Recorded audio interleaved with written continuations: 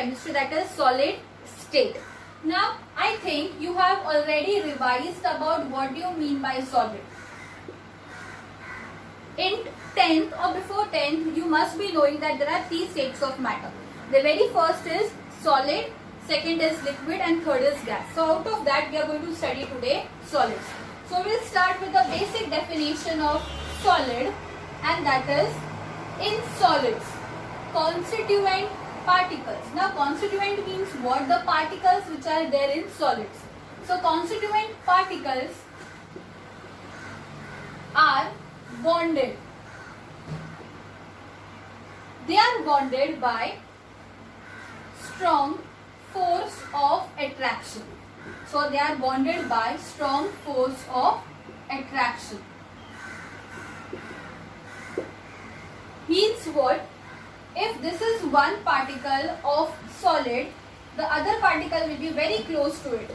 Next and next. And it goes on. Means what? These two particles or the particles in solid, they are very closely attached to each other. So this is the definition of solid.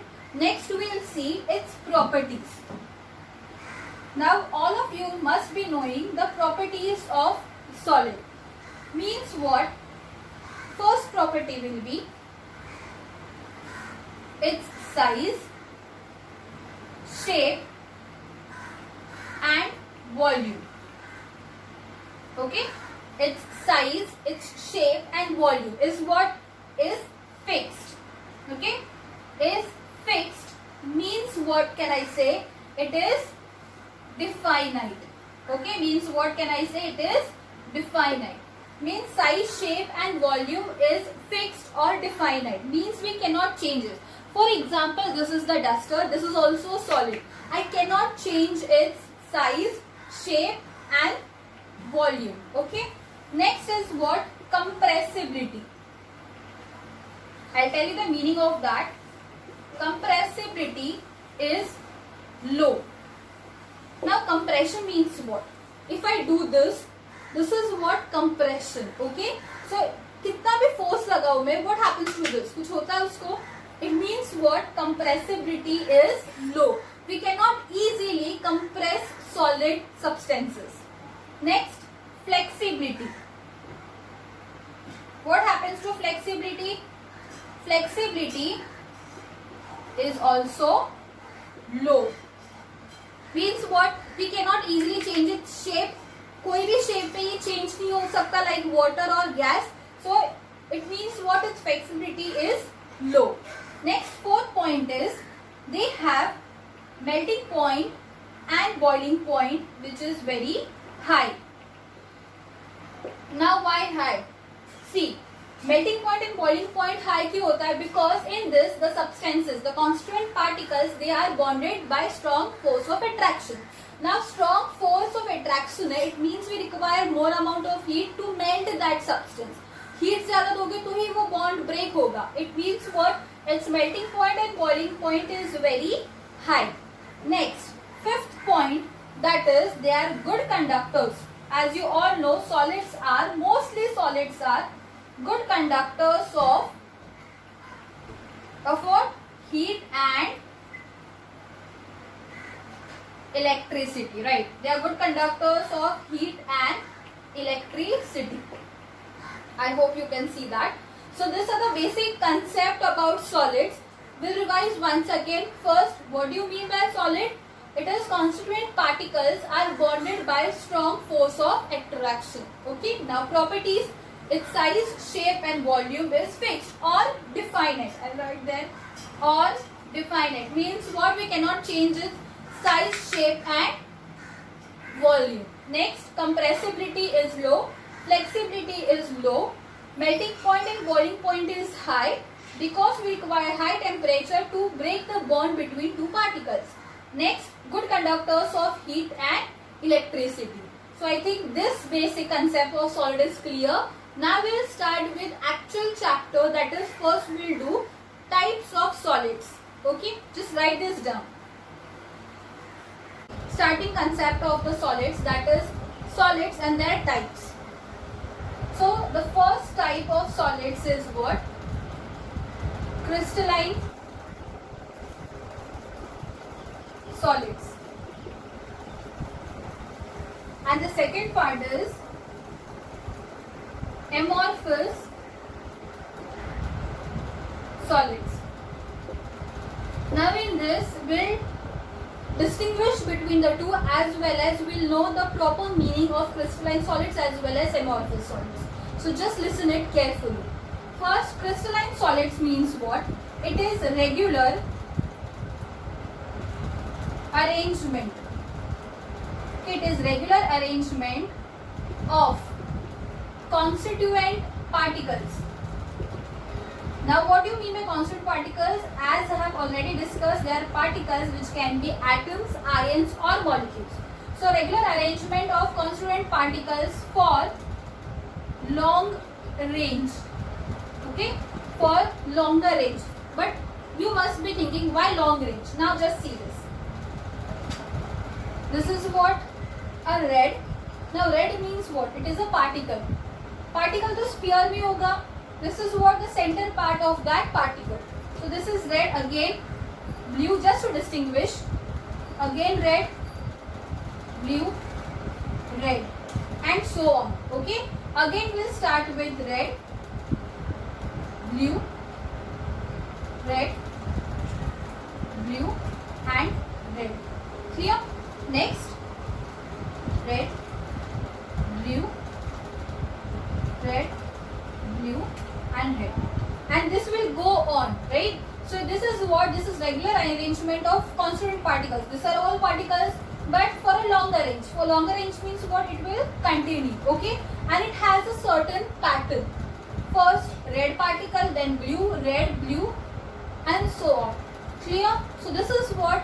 Regular arrangement of constituent particles for a longer range. Now see for amorphous. It is same but a little difference is there. In this also it is regular arrangement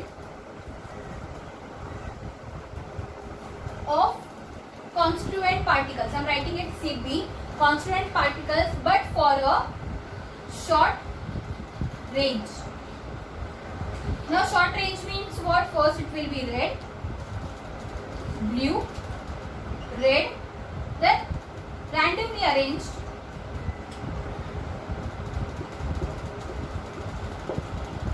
clear? So in this arrangement to 3 but for a shorter range, that's it. So I can tell that it is what? It is randomly arranged.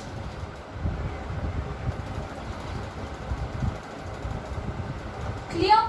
So this is the first distinguishing point, that is regular arrangement of constituent particles for a longer range and regular arrangement of constituent particles but for a shorter range. So this is the first difference. Second is what? In this, the intermolecular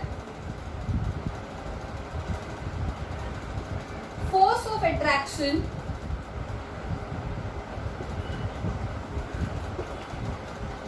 is maximum. Now why maximum? Because it has a regular arrangement and for a longer range. Therefore, वो जो particles रहते हैं, they are strongly bonded to each other and therefore its intermolecular force of attraction is maximum. Obviously, अगर यहाँ पे maximum है, so वहाँ पे क्या होगा? It is not maximum. I can say in short. Clear? Intermolecular force of attraction is maximum. It is not maximum. The third thing is, they are called as true solids.